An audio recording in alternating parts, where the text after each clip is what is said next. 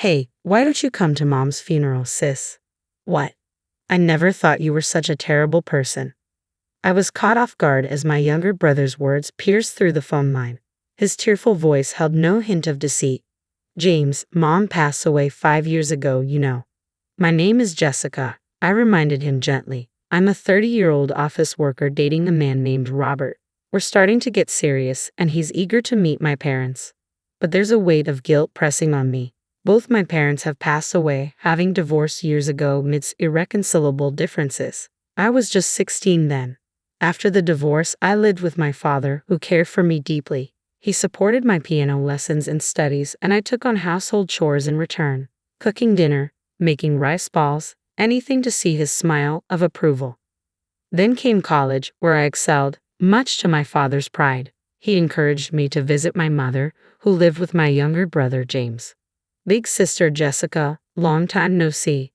We shared brief moments of joy during those visits. But after my mother remarried, things changed. My husband-to-be wanted me to focus on our life together, which strained my relationship with my previous family. Though I wished them happiness, conflicting emotions swirled within me as I navigated this new chapter of my life. But I don't want to lose the opportunity to see my brother. Can't we just reduce the frequency of our meetings? I'm sorry, but James is entering adolescence and I don't want to confuse him too much. I see, but once we get used to our new life, I'm sure my husband will let us meet. Yeah, I understand. I wasn't entirely convinced, but I didn't want to protest and risk damaging my mother and brother's relationship with their new family. So, I decided to endure it. Years passed. I finished college and landed a job. Yet during that time, I couldn't see my brother or mother. 4 years had gone by, and I couldn't help but wonder why they couldn't spare even a moment to meet me. Perhaps they were leading such fulfilling lives that they no longer needed me. My brother, who was just 11 when we last met, was now 15. I wanted to offer him some encouragement as he prepared for private high school entrance exams. With that thought in mind, I mustered the courage to call my mother. To my surprise, an unfamiliar man answered the phone. Hello, who is this? Isn't this my mother's number? Are you Jessica by any chance? Yes, I am. I'm David, the man who remarried your mother. She's busy right now, so I answered the phone. Oh, I see. Well, it's been 4 years since I last saw them, and I was thinking I'd like to see my brother and mother soon. Really? You haven't seen them? No, I haven't seen them at all. I see. Maybe your mother doesn't want to see you. What?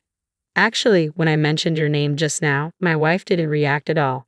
Is James not around? I at least want my brother to respond to my call. I was thinking that, but James is right next to me.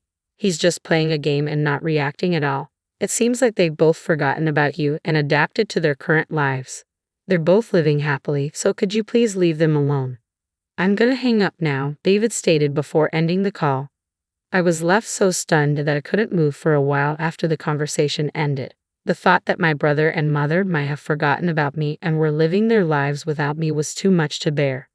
Seeking solace, I turned to my father for advice. That's strange, those two love you, Jessica, he reassured me. He tried to reach out to my mother, but her response was firm.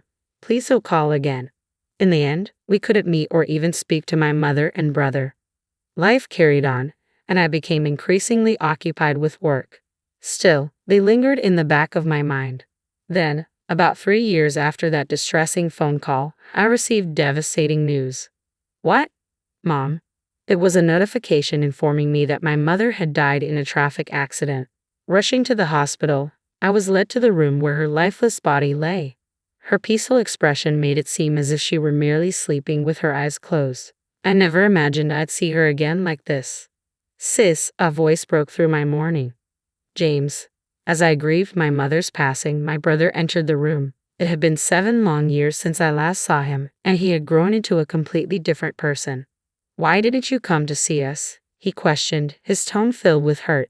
Did you start hating me and Mom? Wait a minute, I interjected. It was your stepfather, David, who told me not to see you. Dad would never say something like that, James rebutted firmly. Dad's an amazing person, and I look up to him. He wouldn't say something like not meeting with you, sis. What? My brother's trust in our stepfather, David, was evident. They must have developed a strong bond over the past 7 years. Then, a man who seemed to be David arrived. "Hi, it's our first time meeting in person, isn't it?" he greeted. "Hello." David appeared to be in his early 50s with a determined air about him, as if he could accomplish anything. Despite encountering various company employees in my line of work, he struck me as somewhat cunning. "I'm really shocked that my wife passed away so suddenly. The funeral will be held soon, so I'd like both you and your father to attend, Jessica," David informed me. Understood. Though my mind was preoccupied, attending my mother's funeral took precedence. My father and I went together to bid her farewell. The funeral proceeded without incident, but a dispute over the inheritance soon arose. "Jessica hasn't seen my wife in 7 years, so could you please give up the inheritance?" David proposed. "What? Wait a minute," I interjected. "Wasn't it David who didn't let me see her?" "Sis, are you still saying that?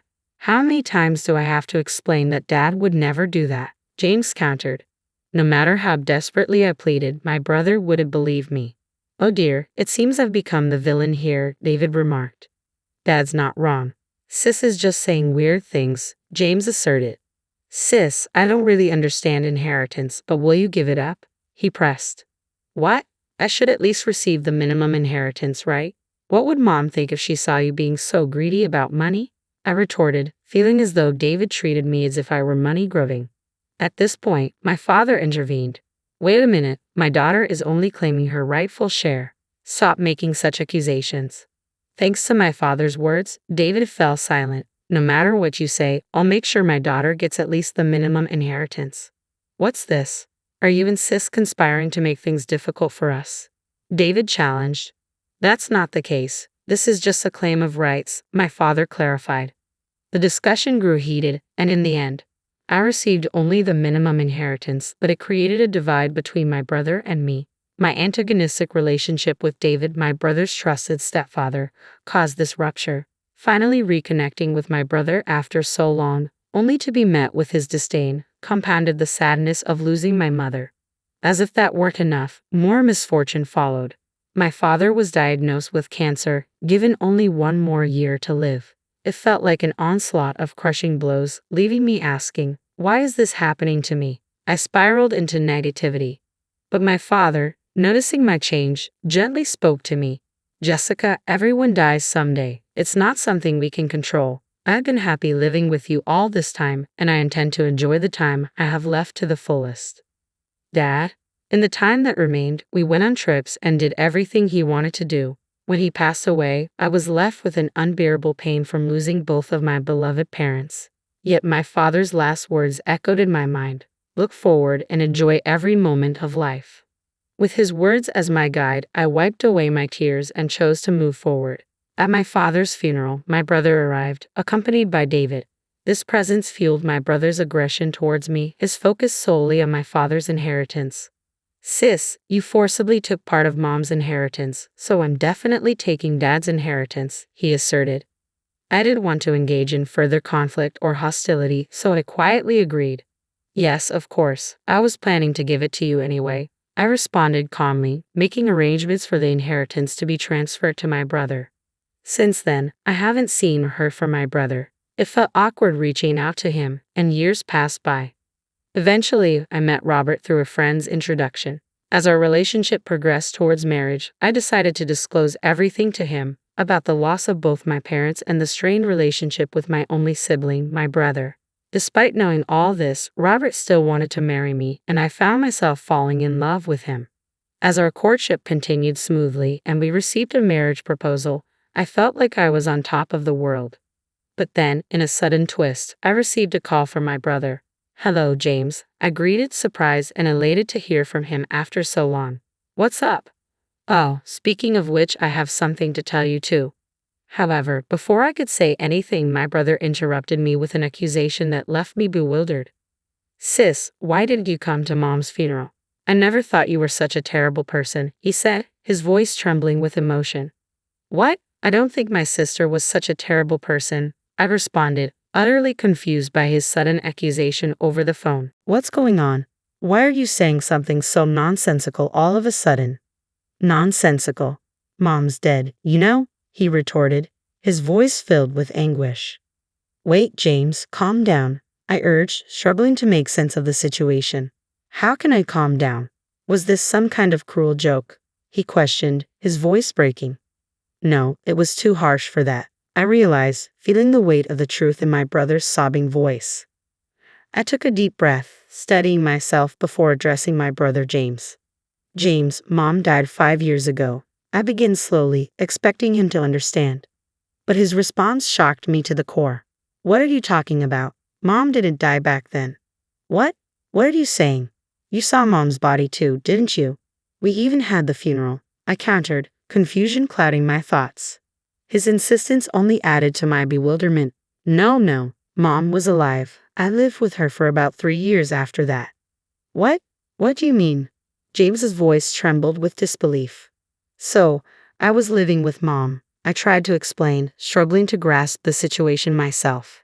It's best to go along with the story at times like this, I reasoned, trying to make sense of the apparent disconnect. Yes, but they said she would die soon without an offering. I gave all the money I earned as an offering, James confessed, his voice heavy with regret. Suddenly, it dawned on me that my brother had been deceived. What? At that moment, I realized that my brother had been deceived, but the offering wasn't enough, and Mom died. James, can you introduce me to the person you've been making offerings to? I asked urgently, wanting to understand the full extent of the deception. Of course, you should be saved too, sis, he responded earnestly, leading me to the person who had supposedly rescued Mom. Later, as we entered the office building where counseling was conducted, I felt a sense of unease. Teacher, my brother called out as we stepped into the private office. And there, to my astonishment, was David. Wait a minute, you're the one who remarried my mother and became James's stepfather, right? Why is James calling you teacher? I demanded, my confusion growing. James and I have a patient-teacher relationship, David explained calmly, though his presence only fueled my suspicion. What? No, you live with James, right? James even called you Dad, I protested, struggling to comprehend the situation. Sis, what are you talking about? David is a counselor. Dad died 3 years ago, remember? James interjected, his voice tinged with concern. Wait, David, are you brainwashing James? I accused, unable to shake off the feeling of dread creeping over me. What are you talking about? I've just been listening to him. Before that, I was counseling his mother, David clarified, though his explanation did little to alleviate my growing unease. What? You deceived my mother too? I accused, feeling a surge of anger and betrayal. Sis, don't say such terrible things like deceived, James pleaded, his expression torn between confusion and distress.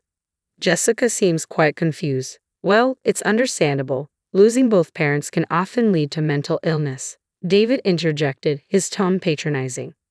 What are you talking about? You've unconsciously put a stopper in your mind to avoid facing reality. You're suppressing the grief of losing your parents, he concluded, his words sending a chill down my spine. I can help you release it. Stop it. I'm already looking forward and living my life. Really? Aren't you just enduring it? I'm not enduring anything. It's better not to force yourself. If you do as I say, your heart will feel much lighter. Really? Really? James became cheerful that way too, so why not entrust yourself to me? Yes, please. Good girl. Now, sit here and think about your mom and dad. When I place my hands on your head, the sad feelings will magically disappear.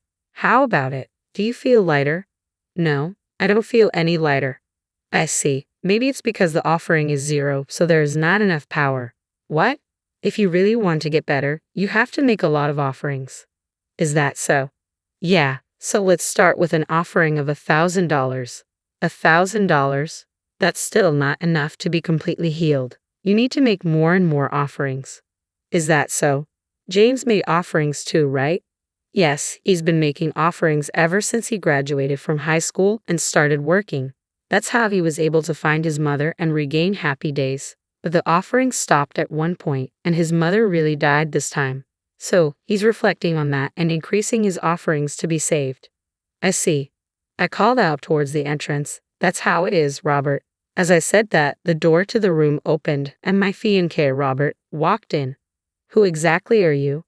David asked, with a suspicious look at Robert, who then handed David his business card.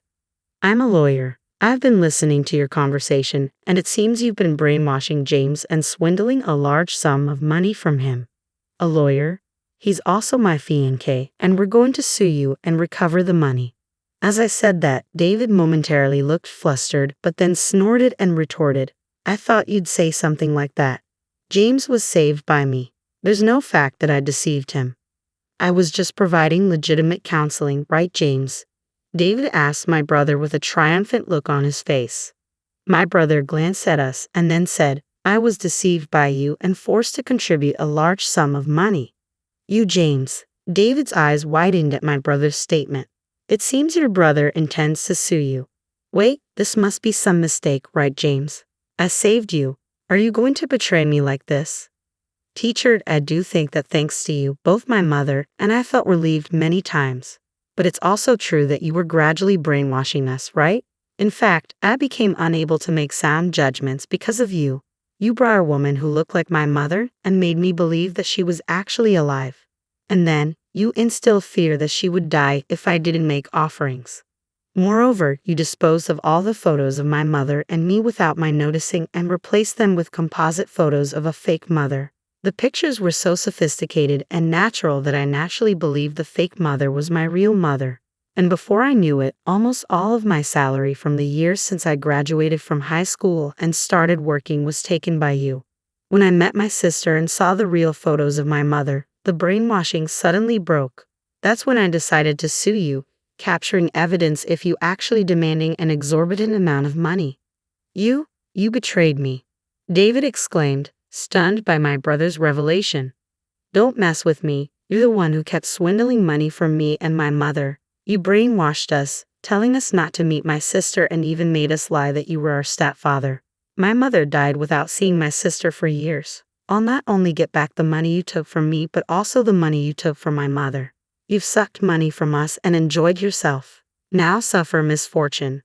My brother angrily confronted David with such intensity that David stumbled back in surprise. Then we'll see you in court, Robert said, and we left the scene.